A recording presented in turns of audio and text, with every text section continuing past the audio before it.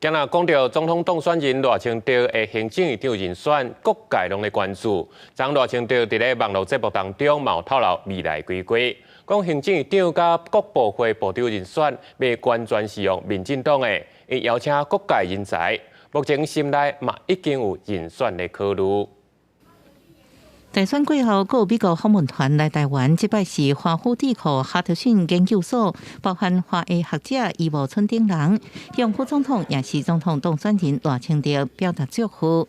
Hudson has worked closely with President Tsai, and we hope to continue the relationship. Your new role as President of Taiwan is among the most challenging in the entire world. The experts at Hudson Institute stand ready to help you.And us, America, if you need us. 美国专家学者表示，乐意伫赖清德任期之内提供协助。赖清德新政府布局主要挑战，就是伫立法院无过半之下，维持朝野关系稳定执政。所以第一任国会甲内阁成员备受关注。赖清德也第一摆透露，人选未完全是民进党，会邀请其他政党的好人才。只要好的人才。不管他是在其他的政党表现杰出的人才，其实我们都很乐意去邀请。现在有好几个在思考，跨党派、跨世代、跨领域。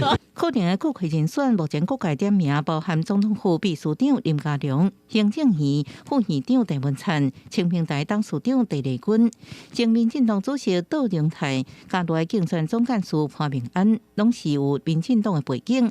不过无党派色彩的学者，前 WTO 代表朱敬义也是被认为是可能的人选。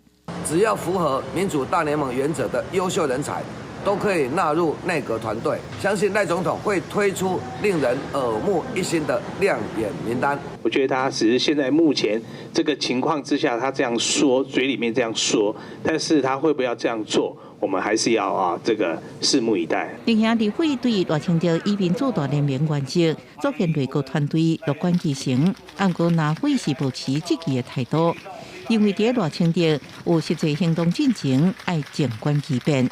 记者综合报道。